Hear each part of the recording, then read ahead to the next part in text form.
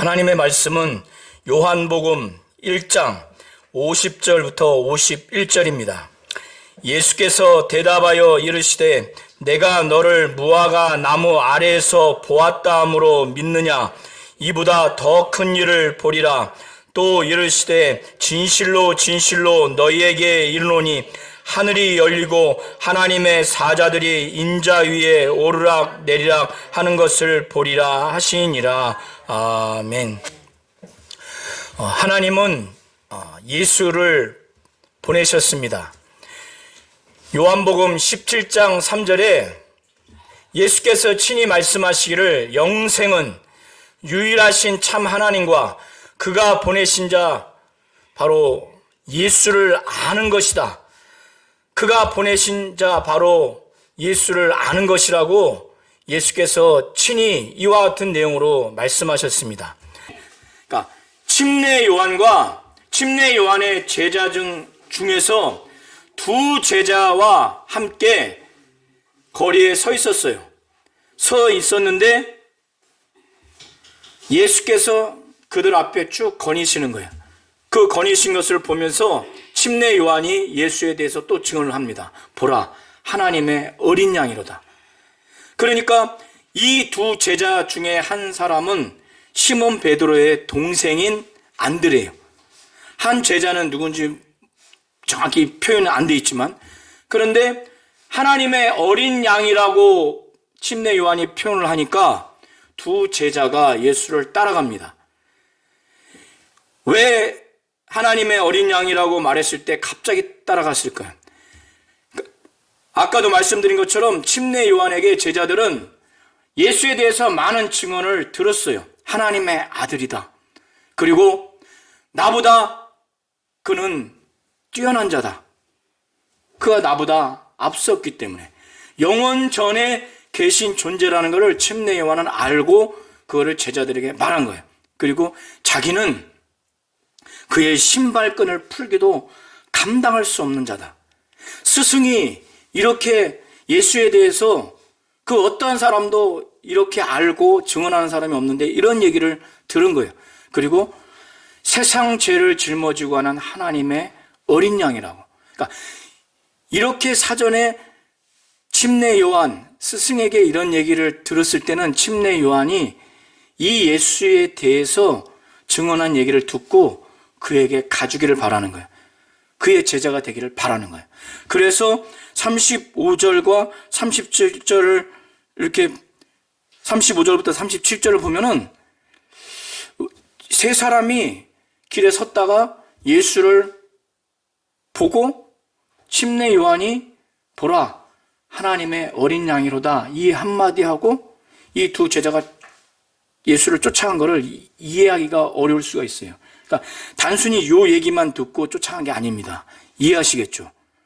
하나님의 아들, 하나님의 어린 양, 그리고 세상 죄를 짊어지고 가는 하나님의 어린 양이라고. 나는 그의 신발끈을 풀기도 감당할 수 없다고. 그리고 그는 나보다 뛰어난 자라고. 나보다 앞섰기 때문에.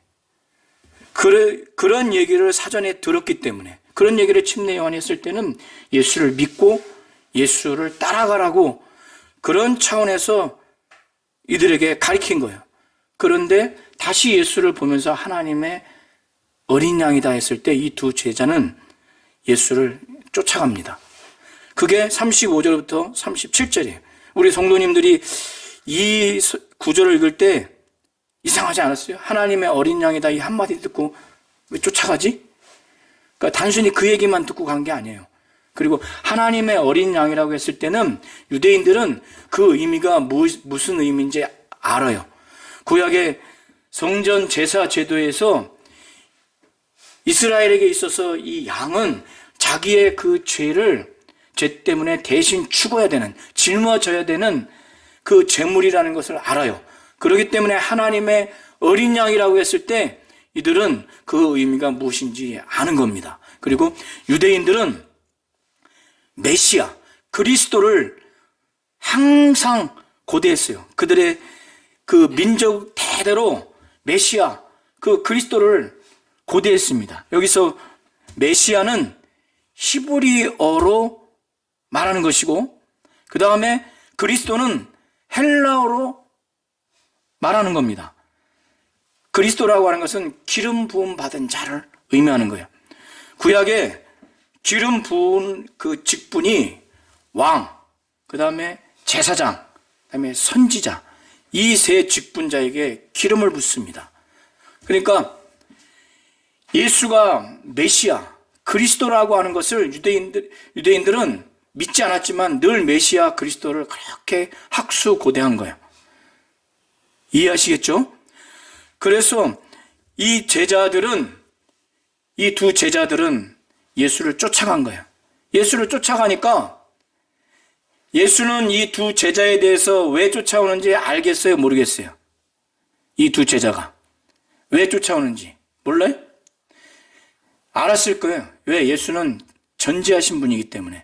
그러나 자, 38절, 39절을 한번 다시 보시기 바랍니다. 예수께서 그 두 제자가 따르는 것을 이렇게 보면서 무엇을 구하느냐? 여기서 무엇을 구하느냐고 했을 때는 마치 물과 음식과 무슨 돈을 구하는 그 물품을 구하는 차원에서 물어보는 게 아니라 그들이 제자로서 자기를 쫓아오기 때문에 그런 차원에서 나에게 있어서 니들이 인생을 살아가는 데 있어서 목적을 두고 어떤 동기를 가지고 나에게 무엇을 구하느냐 그걸 묻는 거예요. 지금 예수를 쫓아오니까 이제 제자가 되겠다고 해서 쫓아오는 거예요. 이들은 예수가 부르지 않았지만. 그런데 이 당시에 스승이 제자들을 제자 삼는 데는 자기 집에 데리고 와서 거기서 가리키고 그렇게 합니다. 오늘날과 같지 않고. 그러니까 39절에 보면은 38절 39절에 보면은 왜 이 두 명의 제자들이 예수께 랍비여, 그러니까 여기서 랍비는 선생이라는 의미입니다. 이 사도 요한이 친절하게 양가로를 해서 그렇게 썼죠. 랍비여 어디 계십니까? 라고 했을 때 그 묻는 게 이 당시의 스승은 제자들을 가리켜서 제자 삼는 데 있어서 자기 집에 데리고 와서 가리켜서 제자를 삼기 때문에 어디 계십니까? 이렇게 묻는 거예요. 그러니까 예수께서 그들이 이미 제자가 되겠다고 마음을 먹고 오니까 이제 자기가 이들에게 가르쳐 주기 위해서 제자 삼기 위해서 와서 봐라 하니까 그들이 예수가 계신 곳에 들어가서 예수의 말씀을 듣고 예수의 대화를 듣고 또 예수와 교제를 하게 됩니다. 자, 그 다음에 39절, 40절을 눈으로 한번 보시기 바랍니다. 자, 우리 성도님들이 여기서 두 제자가 예수와 함께 그의 거하신 곳에 있었는데 때가 10시쯤 됐다고 그랬죠. 로마 시간 계산법으로는 오늘날 우리나라와 같이 10시예요. 그런데 유대 시간 계산법으로는 오후 4시입니다. 그러니까 장시간 동안 예수와 함께 머물렀어요. 여기에는 기록되어 있지 않지만은 무슨 말씀을 했는지 내용은 기록되어 있지 않는데 결과적으로 보면은 이 두 제자, 그 중에 시몬 베드로의 동생인 안드레가 예수에 대해서 아주 확신을 갖게 됩니다. 이 확신을 갖는데 어떻게 확신을 갖느냐? 자기의 형에게 바로 가서 자기와 함께한 또 다른 제자와 함께 우리가 메시아를 만났다. 유대인들이 그렇게 학수고대하는 메시아를 만났다. 이렇게 확신을 갖고 자기 형 집에 가서 그 얘기를 할 정도입니다. 자, 그러면 이 장시간 동안 예수와 함께 예수로부터 무슨 말씀을 듣고 어떠한 교제를 했길래 이렇게 변화됐는가? 우리 성도님들은 여기에서 이걸 깊이 생각하시기 바랍니다. 자, 안드레와 또 한 제자는 침례 요한으로부터 하나님의 아들이라는 얘기를 들었어요. 또 나보다 앞섰다고, 곧 뛰어나다고 얘기를 들었어요. 왜? 나보다 먼저 계신 분이라고 설명을 들었어요. 그리고 그의 신발끈을 풀기도 감당할 수 없다. 그리고 세상 죄를 지고 가는 하나님의 어린 양이라는 그런 얘기를 들었어요. 그러나 이것은 침례 요한이 아무리 율법과 선지자의 마지막이요 여인이 낳은 자 중에 가장 큰 자라 할지라도 그는 하나님이요 하나님의 아들이 아니란 말이에요. 그는 죄가 있는 인간일 뿐이에요. 그러나 뛰어난 하나님이 부르신 선지자죠. 그러나 이 안드레와 또 한 제자는 누구로부터 말씀을 듣고 누구와 교제를 합니까? 바로 예수로부터 장시간 동안 말씀을 배웠을 거예요. 그리고 예수와 넓게 깊게 눈빛을 보면서 표정을 보면서 영감을 느끼면서 신적인 권위를 느끼면서 교제를 한 겁니다. 그런데 그것이 오후 4시까지 유대인 시간 계산법으로 장시간 동안, 자, 이들이 예수의 말씀을 듣는데 집중을 했겠습니까? 안 했겠습니까? 집중을 했겠죠. 그리고 예수와 함께하는 이 교제의 시간을 아까워했겠습니까? 안 아까워했겠습니까? 장시간 동안 침례 요한과 제자로서의 시간을 많이 가졌지만은 지금 예수와 함께해서 듣고 교제한 느낌이 너무나 달라요. 그런데 이들은 이 스승을 통해서 예수에 대해서 증언받은 것이 예수와 함께 하면서 교제하면서 그 말씀을 듣고 예수로부터 영감을 느끼고 영적인 권위를 느낀 거와 완전히 달랐을 겁니다. 이들은 메시아를 고대하는 유대인들이었어요.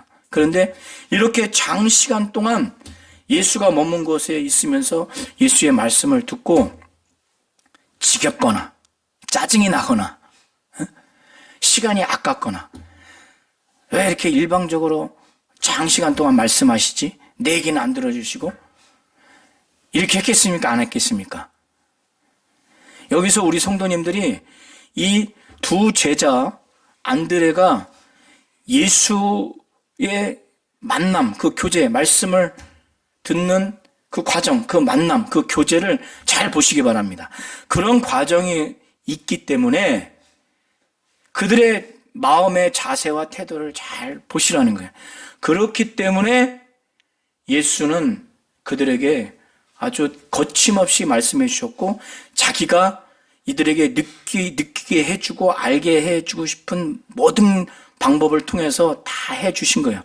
말씀도 주시고 그들이 예수의 표정과 눈빛을 보면서 느끼지 않았겠어요? 깊게 교제하면서 그들이 또 질문도 했을 겁니다. 자기들의 의문점이라든가 자기들이 알고 싶은 거.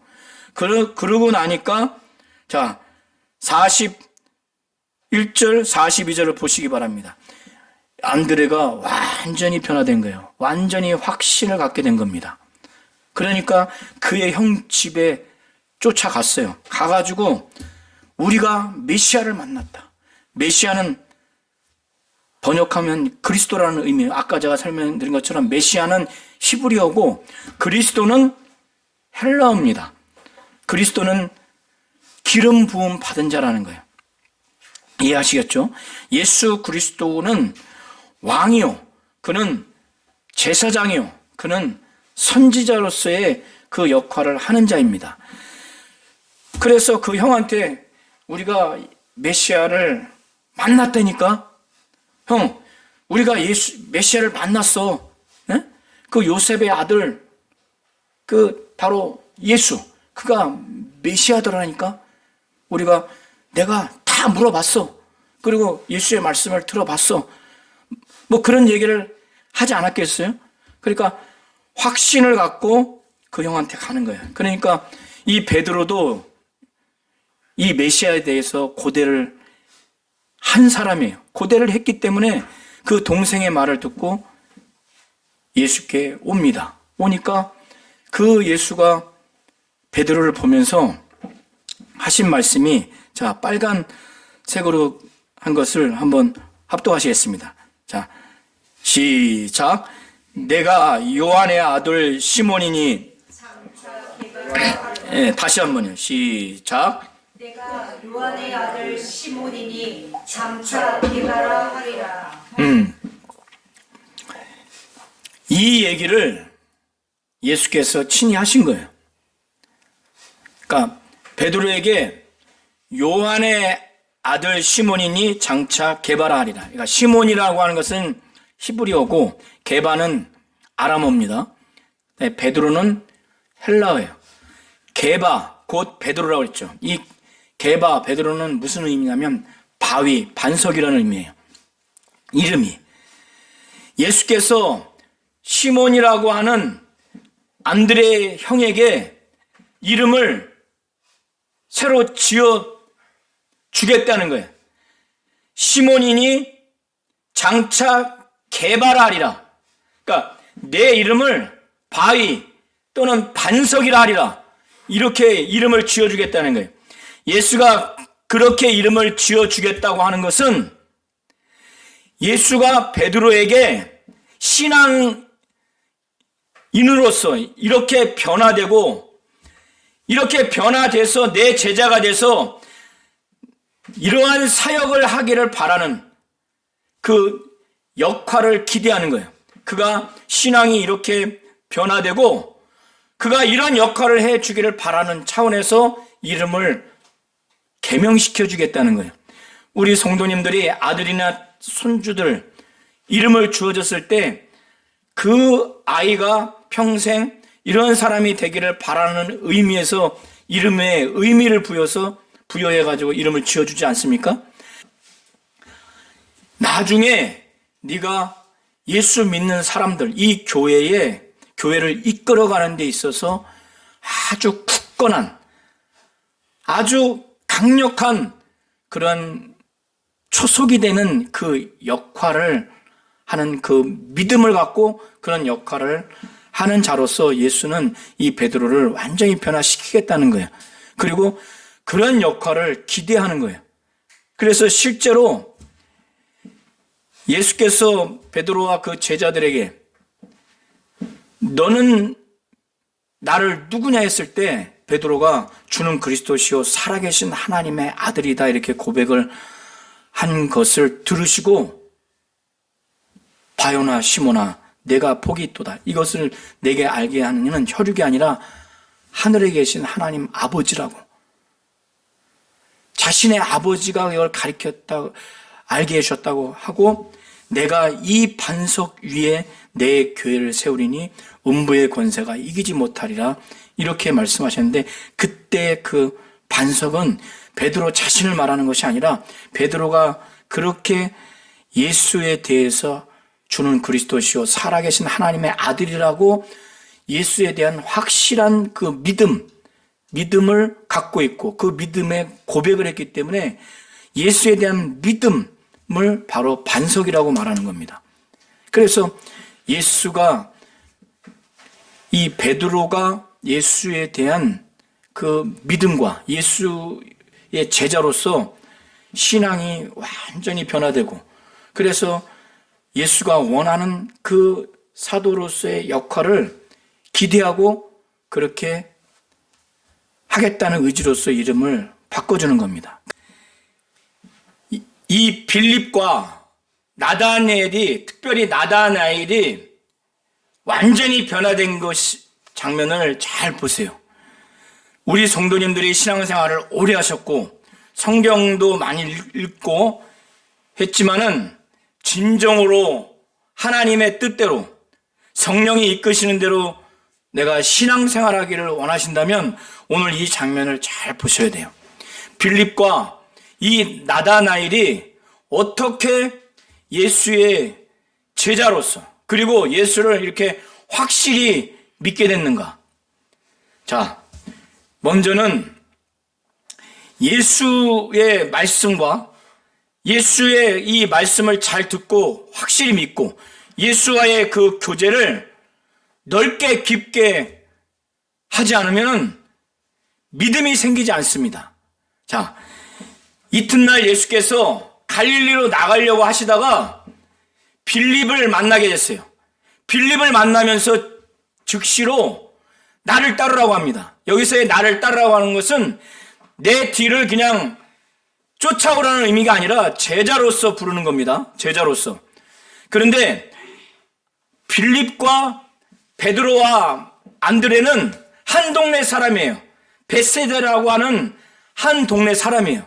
그러니까 먼저 베드로와 안드레가 예수를 만나서 메시아로서 확신을 갖게 됐기 때문에 아마도 한 동네 사람이니까 빌립에게도 아마 말했을 것으로 보여요. 베드로와 안드레가 내가 이 며칠 전에 예수를 만났는데 정말 그리스도 맞다. 이런 얘기를 아마 들었을 거예요. 그러니까 아무 배경도 없이 예수가 나를 따르라고 했을 때 무작정 아무 지식도 없는데 따라가지는 않았을 거예요. 우리가 상식적으로 볼 때. 그런데 이 빌립이 예수를 따라간 다음에 그 다음에 메시아라는 확신을 갖고 나다네엘을 찾아갑니다. 나다네엘을. 그러면서 말하기를 모세가 율법에 기록하였고 여러 선지자가 기록한 그 일을 우리가 만났다. 바로 요셉의 아들 나사렛 예수다. 자, 어느 날 요셉의 아들, 목수의 아들 나사렛 예수를 그리스도라고, 메시아라고 확신을 하는 것이 인간적으로 쉽습니까? 어렵습니까? 생각해 보세요. 우리 성도님들 이웃집의 아파트 옆에 살고 있는데 잘 알고 있는 어떤 사람의 아들을 어느 날 갑자기 매우 확신을 갖고 메시아다. 이렇게 확신하기가 대단히 어렵습니다. 그 사람 모태신앙이요? 또 나중에 목사가 될 정도로 신앙과 삶이 아주 반듯하다, 신령하다 이렇게는 인정할 수 있지만은 완전히 종이 다른 사람이 아니라 바로 메시아 그리스도라고 확신을 한다는 것은 대단히 어려워요. 그런 결과가 났기까지는 그 과정, 그 원인이 충분히 있지 않는 한 어렵습니다. 그런데 그 과정, 그 원인을 누구로부터 그걸 제공받았는가? 누구의 영향을 받았는가? 이게 중요한 거예요. 이 빌립과 나다네엘은 더 이상 침례 요한, 더 이상 선지자나 사람 중에서 신령한 사람들의 영향을 받은 것이 아니라 예수와 함께 말씀을 듣고 교제를 한 거예요. 자, 43절부터 45절을 보면 거기에 자세히 기록되어 있지 않아요. 예수가 갈릴리로 나가려고 하다가 빌립을 딱 본 거예요. 너는 나를 따르라. 나 쫓아와라. 했는데 빌립이 예수를 쫓아간 다음에 중간 생략하고 갑자기 나다니엘을 찾아가서 모세가 율법에 기록했고 여러 선지자가 기록한 그이 바로 메시아 그리스도인 예수를 만났으니 그가 누구냐면 요셉의 아들 예수다. 이렇게 변화됐는데 43절부터 45절에는 빌립이 예수와 만나서 예수를 쫓아가서 무슨 얘기를 듣고 뭘 봤는지 기록이 안 돼 있어요. 그러면 당연히 합리적으로 우리가 추측하고 추정할 수 있는 것은 예수에 대해서 어제까지는 저 목수의 아들 그리고 나사렛 지역은 갈릴리에서 아주 변두리예요. 성경에도 영적으로 의미가 있다고 기록된 구절이 한 군데도 없어요. 메시아는 어디에서 태어나야 하냐면 베들레헴에서 태어나야 되는 거예요. 근데 이 베들레헴에 태어났지만은 그때 헤롯 왕과 그 수하에 있는 사람들이 예수를 죽이려고 하니까 이동을 한 거예요. 예수는 나사렛에서 큰 겁니다. 이해하시죠? 베들레헴 출신은 맞아요. 그런데 자라기를 나사렛 지역에서 자란 거예요. 성경에 메시아 그리스도가 와야 하는 지역은 베들레헴으로 기록되어 있지 나사렛으로 기록되어 있지가 않습니다. 그러니까 빌립이 어느 날 갑자기 이 젊은 예수를 메시아 그리스도라고, 그리고 확신 있는 근거를 어디에 두냐면 모세가 율법에 기록했고 여러 선지자가 기록한 바로 메시아 그리스도가 예수다라고 했을 때는 이 빌립은 성경적인 근거가 매우 확실한 거예요. 그리고 이 기록되어 있지 않지만 나다니엘에게 가기까지 예수와 교제하면서 예수의 말씀을 듣고 또 물었을 거예요. 그러니까 예수의 말씀을 듣고 예수와 교제하는 것을 충분히 가지니까 이런 확신을 가진 겁니다. 그러니까 다른 사람이 볼 때는 갑자기 너 미쳤냐? 이렇게 역임을 받을 수 있는 상황이지만 나다니엘에게 찾아갔어요. 나다니엘은요 정말로 참 이스라엘 사람입니다. 참으로 이스라엘 사람이라고 하는 것은 그가 하나님을 진정으로 경외하는 사람이라는 거예요. 그에게는 간사함이 없는 거예요. 예수도 인정할 만큼. 그러니까 율법을 상고하고 그는 신령한 사람이에요. 그런데 그에게 가서 느닷없이 모세가 율법에 기록했고 여러 선지자가 기록한 그의 바로 메시아 그리스도를 만나는데 그게 누구냐면 요셉의 아들 나사렛 예수야. 이렇게 아주 확신 있게 말할 정도로 변화됐어요. 그게 바로 예수와 깊이 교제를 했기 때문에 그래요. 예수의 말씀을 허투루 듣지 않았기 때문에, 그 과정이 없었다면 이런 확신을 갖지 못한다는 거예요. 이해하시겠죠? 그리고 빌립은 더 성경을 근거로 해서 예수에 대해서 믿어요. 모세가 율법에 기록했고 여러 선지자가 기록했다는 것을 예수와의 대화를 통해서, 교제를 통해서 말씀을 듣는 가운데 그거를 확신한 거예요. 이해하시겠죠? 성경의 근거에서 예수를 체험하는 것, 또 예수의 말씀을 듣고 예수와 교제하는 것을 허투루 그냥 허투루 한 귀로 듣고 한 귀로 지나가고 시선도 예수에게 엄청나게 집중한 거예요. 마음도 집중하고 그냥 예수는 여기 있으면 눈을 딴 데 쳐다보고 그런 게 아니란 말이에요. 그러니까 이렇게 변화된 겁니다. 이해하시겠죠? 우리 성도님들도 지금 성경을 읽고 성경을 듣고 하는 데 있어서 특별히 지금은 육신을 갖고 예수가 계시지 않지 않습니까? 그러면 어떻게 예수의 말씀을 듣고 예수와 깊은 교제를 하는 그걸 가질 수가 있느냐? 지금 하나님 보좌 우편에서 예수는 우리를 위해서 밤낮 기도하시는 분이에요. 그러나 지금은 예수가 말씀하신 것처럼 내가 떠나야 너희가 너에게 유익하다는 이런 내용으로 말씀하셨을 때는 성령이 오시면 바로 예수가 계신 것처럼 그 이상의 그 역사가 있기 때문에 내가 떠나가는 것이 너에게 유익하다고 말한 거예요, 제자들에게. 그래서 지금 성령의 감동을 받고 성령의 충만함을 받고 예수께서 초대교회 성도들에게 너희는 정말 몇 날이 지나면은 이 성령을 받을 것인데 이 성령 받기 전에는 예루살렘을 떠나지 말라고. 그래서 그들이 간절하게 기도해서 성령을 받았죠. 성령을 받고 난 다음에는 예수에 대한 믿음, 예수의 공생의 사역에 대한 그 믿음과 확신이 그 이전과 완전히 다른 겁니다. 우리 성도님들이 예수의 말씀을 진정으로 하나님 뜻대로 듣고 그걸 믿으려면, 예수와의 교제가 넓고 깊어지려면 어떻게 해야 되냐?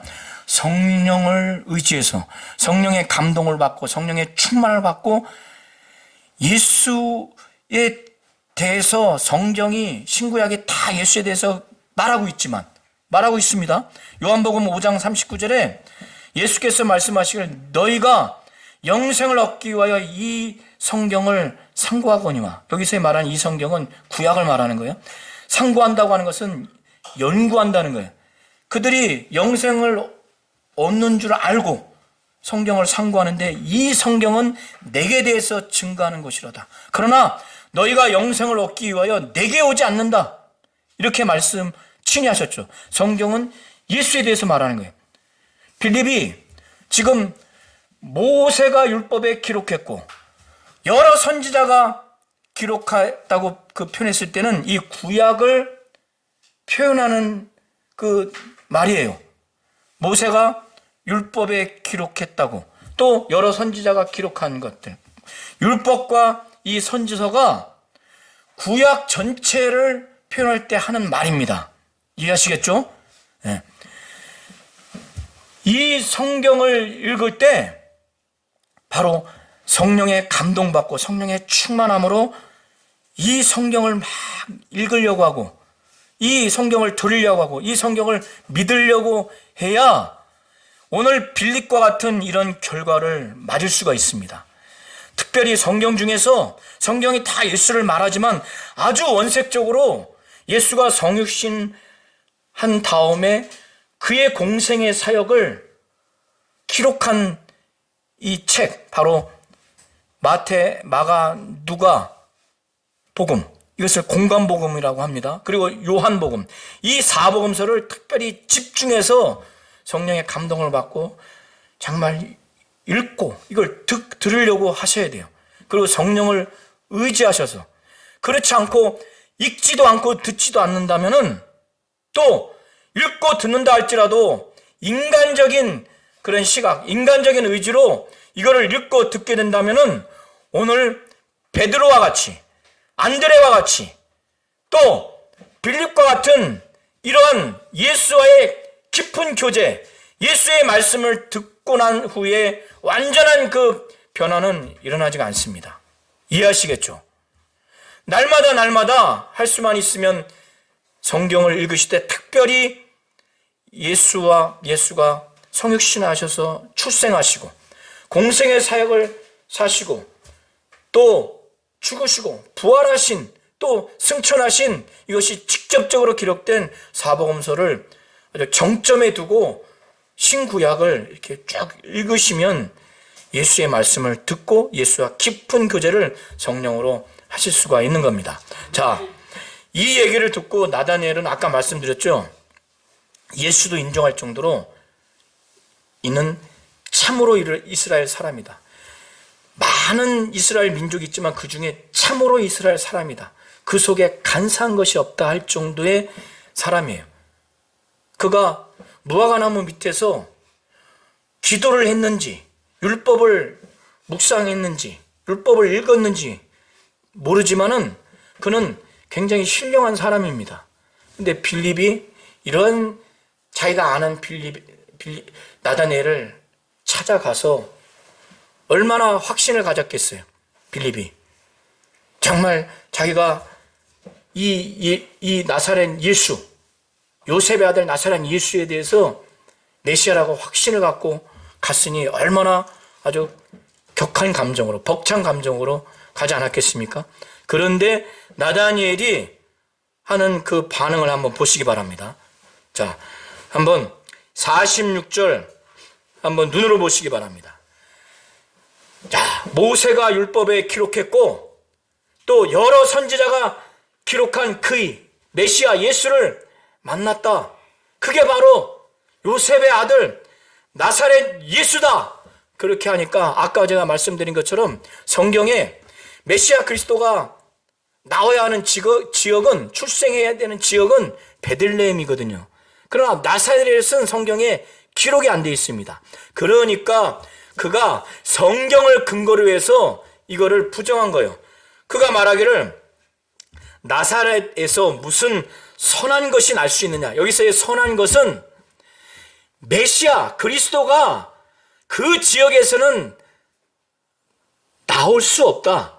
성경에 그렇게 기록되어 있지 않기 때문에 나다니엘은 그렇게 말한 겁니다. 그런데 빌립은 답답합니까? 안 답답합니까? 예수를 너무나 확실히 메시아 그리스도라고 만났고 확신했는데, 그러니까 너무 답답한 거예요. 사실 나다니엘이 성경적인 근거로 보면 맞는 말이에요. 베들레헴이 메시아 그리스도가 나는 지역이지 나사렛은 아니에요. 그러나 나다니엘은 예수가 베들레헴에서 출생한 것을 모르니까 이렇게 얘기를 한 거예요. 그러니까 빌립은 답답합니까? 안 답답합니까? 그러니까 더 이상 성경을 근거로 하거나 말로써 이것을 설득할 방안이 없어요. 이 나다니엘은 성경을 근거로 해서 아주 그거를 반대하니까. 그러니까 빌립이 와 보라니까, 와 봐 좀, 이 정도로 자기는 확신하는 거예요. 그러니까 더 이상 말로 표현이 안 되는 거예요. 그냥 와 봐, 아니 와 보라니까, 그런 의미로 지금 말하는 겁니다. 그냥 와봐 이게 아니에요. 그래서 46절을 그렇게 읽으셔야 돼요. 그렇게 보셔야 됩니다. 나사렛에서 무슨 선한 것이 날 수 있느냐? 나다니엘도 만만치 않게 반대 입장이에요. 요지부동이에요. 그런데 빌립이 더 강력해, 더 확신해. 더 확신하니까 와서 봐, 와서 보라니까, 이런 의미예요. 와서 보라가. 그러니까 나다니엘이 빌립이 너무 확신 있게 말하니까 야, 이게 뭔가 진짜인가 보다. 우리도 귀신을 예수 믿지 않고 죽은 영혼이다, 귀신 쫓으면 병 막 낫는다, 그리고 죽은 아버지가 막 말하더라, 이렇게 말하면 처음에 안 믿다가 너무 체험을 확신 있게 하면은 진짜 그래? 그래서 오잖아요. 교회도 오고 그래, 귀신 쫓아봐, 이렇게 하지 않습니까? 저도 그랬거든요. 그러니까 빌립이 지금 그런 거예요. 메시아 그리스도 맞다니까, 일단 와봐. 그래서 나다니엘이 진짜 그런가 보다. 자기가 또 잘 아는 빌립이고, 이게 이제 정신이 헷가닥한 것 같진 않고, 그래서 빌립을 따라서 예수께로 온 거예요. 오는 과정에서 잘 보십시오. 자, 예수는 베드로, 안드레, 그리고 빌립과 똑같은 방식으로 나다니엘을 변화시키지 않습니다. 나다니엘은 달라요. 그러니까 이 나다니엘을 딱 보자마자 아까 말씀드린 것처럼 이는 참으로 이스라엘 사람이다. 그리고 그 속에 간사한 것이 없다. 그러니까 나다니엘도 다른 유대인들과는 아주 특별하게 거룩하고 신령하게 신앙생활을 했기 때문에, 또 성경도 아주 상고하고 그런 자였을 거예요. 그렇기 때문에 남한테는 자기가 의시되지는 않지만은 자기가 자기 자신을 볼 때도 신령하게 생각했을 거예요. 참 이스라엘 중에서 참으로 이스라엘 사람이라고 생각했을 겁니다. 그리고 자기가 볼 때도 간사하지 않게 그는 마음과 생각을 갖고 삶을 살았을 거예요. 그런데 남한테는 얘기하지 못하지만 자기 자신이 그렇게 살아가려고 했기 때문에 자기 자신이 볼 때도 나는 참으로 이스라엘 중에 이스라엘 사람이다, 그리고 간사한 것이 나는 없다, 그렇게 노력했고, 근데 다른 사람한테 얘기하지는 못하고 그거를 알아주는 분이 자기 앞에 나타난 거예요. 그러니까 놀랍니까? 안 놀랍니까? 예수와 교제를 해본 적도 없는데. 그러니까 나다니엘이 어떻게 나를 아십니까? 어떻게 나를 아십니까? 그러니까 이 예수가 이 나다니엘에게 말하기를 빌립이 너를 부르기 전에 내가 무화과 나무 아래 있을 때 보았다, 이렇게 표현합니다. 자, 우리 성도님들이 아무도 보지 않는데 어느 무화과 나무 밑에 있는데 아무도 없어. 아무도 없는데 내가 거기 있었는데 누군가 나에게 너 거기 있었지 하면은 섬뜩하지 않아요? 너 그때 내가 그렇게 하는 거 봤는데. 근데 자기가 사방을 봐도 아무도 없었어. 이게 섬뜩하죠. 에? 몰래 카메라를 설치한 것도 아닌데. 지금 나다니엘은 바로 그런 심정인 거예요. 내가 무화과 나무 아래에 있을 때 내가 너를 보았노라 하니까 인간적인 섬찟함이 아니라 이건 사람이 아니구나. 그래서 이 나다나엘을 변화시키기 위해서 나다나엘에게만 다른 제자들과는 다르게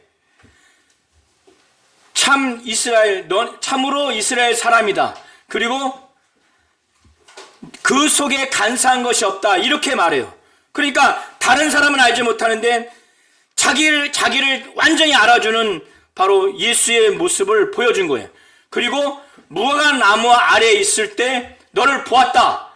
이렇게 바로 예수가 전지하다고 하는 것을 나다나엘에게만큼은 그걸 보여준 겁니다. 그러니까 이 나다나엘에게는 그렇게 해야만 예수가 하나님의 아들, 이스라엘의 임금이라는 것을 인정을 할 수밖에 없는 사람이에요. 그러니까 이 나다나엘에게는 이렇게 역사를 하신 것입니다. 그러니까 그가 그때서야 이게 사람이 아니구나. 이는 바로 랍비여 당신은 하나님의 아들이요 당신은 이스라엘 임금이로소이다 하고 난 다음에 또 말하기를 내가 너를 무화과 나무 아래서 보았다므로 믿느냐. 이보다 더 큰 일을 보리라. 이 빌립과 이 나다나엘에게는 더 큰 일을 보여주겠다는 거예요. 더 이들의 믿음이 더 온전하기 위해서. 그리고 하늘이 열려지는 것도 보여주시고 바로 여기서 인자는 예수 자신을 두고 말하는 겁니다. 인자 위에 하나님의 사자 바로 천사가 오르락내리락 하는 것도 보여주겠다는 거예요. 그러니까 이 예수가 사람에 따라서 말씀을 전하시고 교제를 깊게 해주시고 때로는 그가 어떤 사람인가를 훤히 알게 해주시고 또 그가 어느 곳에 있었는지까지 다 알고 있다는 것을 말해주시고 또 더 큰 일까지 보여주신다고 하고 또 하늘이 갈라지고 그리고 인자 위에 천사가 오르락내리락 하는 것까지 보여주시겠다고 이렇게 사람마다 달리하면서 그리고 예수가 친히 이렇게 말씀을 해주시고 교제를 했기 때문에 이렇게 제자들이 변화되고 제자로서 부름을 받게 된 겁니다. 하나님은 예수를 보내주셔서 예수를 알게 해주시고 또 알고 그리고 그 예수를 통해서 하나님 아버지를 알게 함으로 인해서 우리에게 영생을 주시는 분이십니다. 오늘 베드로, 안드레 그리고 빌립과 나다나엘이 완전히 변화되는 것을 우리 성도님들이 잘 보시되 뭘 보셔야 되냐면 예수의 말씀을 직접 듣고 예수와 깊은 교제를 통해서 이들이 완전히 변화됐다는 것을 잘 보셔서 오직 성령으로 예수의 말씀과 행하심이 기록되어 있는 성경을 보되 사복음서를 중심으로 해서 그거를 잘 보고 듣고 이름으로 인해서 예수에 대한 믿음을 얻을 수 있다는 걸 우리 성도님들이 잘 아셔서 날마다 성경을 읽되 성령의 감동으로 읽으시고 특별히 사복음서에서 예수의 말씀과 행하신 것을 잘 보고 듣고 그래서 이 제자들과 같이 예수를 확실히 알고 변화돼서 하나님이 쓰시는 신앙인과 일꾼이 되시기를 예수의 이름으로 축원합니다.